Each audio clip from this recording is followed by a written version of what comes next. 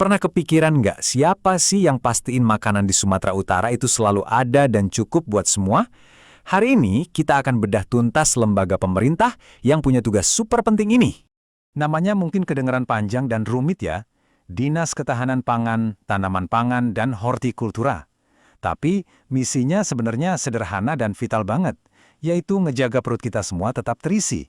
Nah, kita akan coba sambungin nih gimana caranya kebijakan pemerintah di atas sana bisa nyambung langsung ke nasi di piring kita. Caranya, dengan ngelihat struktur kerja satu dinas ini. Oke, ini dia peta perjalanan kita. Kita bakal mulai dari tujuan besarnya, terus kita bedah otaknya di kantor pusat, lanjut ke tangan-tangannya yang kerja di lapangan, dan terakhir kita lihat gimana semua itu jadi satu sistem yang solid. Oke, kita mulai ya. Sebelum kita pusing dengan berbagai nama divisi dan singkatan, yuk kita pahami dulu dasarnya.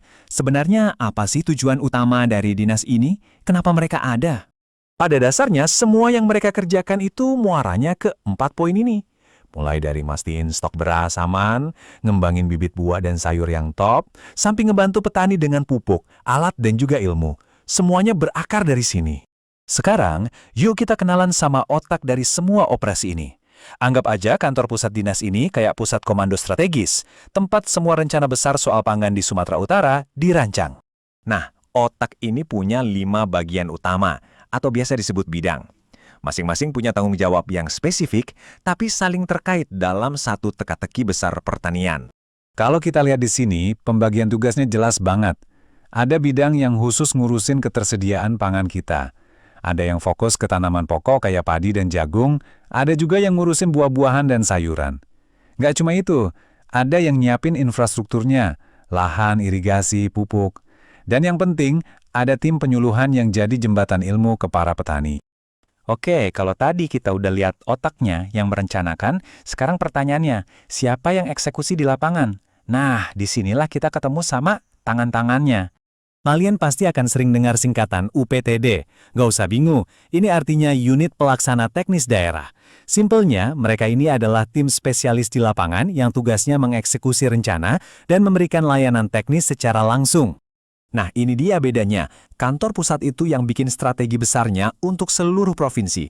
Sementara UPTD, merekalah yang beneran turun ke lapangan, ngejalanin rencana itu, memproduksi benih, dan berhadapan langsung dengan para petani.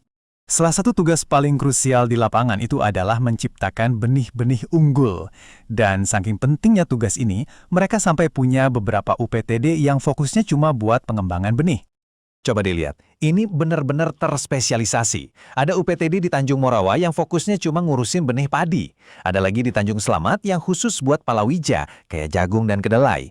Buat buah dan sayuran, ada timnya sendiri. Bahkan ada yang khusus mengembangkan benih untuk tanaman-tanaman yang cocok di daerah Tapanuli.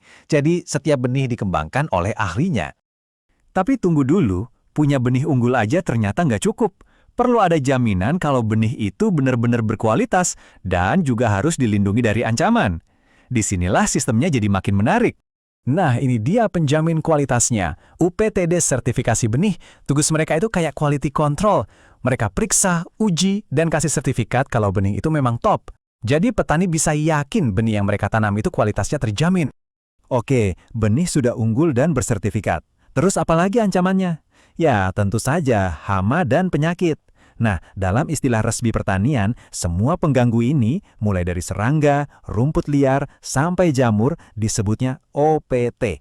Dan untuk melawan si OPT ini, ada pasukan pelindungnya, yaitu UPTD Perlindungan Tanaman. Merekalah yang ada di garda terdepan buat memantau dan mengendalikan hama, sekaligus mengelola dampak perubahan iklim terhadap tanaman kita. Jadi, sekarang kita bisa lihat gambaran besarnya kan? Gimana semua bagian ini, si otak di kantor pusat dan si tangan di UPTD bekerja sama. Ini bukan bagian-bagian yang terpisah, tapi sebuah sistem yang saling nyambung dari hulu ke hilir. Dan ide utama dari sistem ini adalah ini, menggabungkan perencanaan kebijakan yang canggih di tingkat atas dengan eksekusi teknis yang kuat di lapangan. Inilah fondasi dari sistem pertanian kita. Kalau mau disederhanakan lagi, kerja mereka itu bertumpu pada 3 pilar ini. Perencanaan strategi yang matang, kerja teknis yang handal di lapangan, dan dukungan penuh kepada para petani. Tiga-tiganya harus seimbang.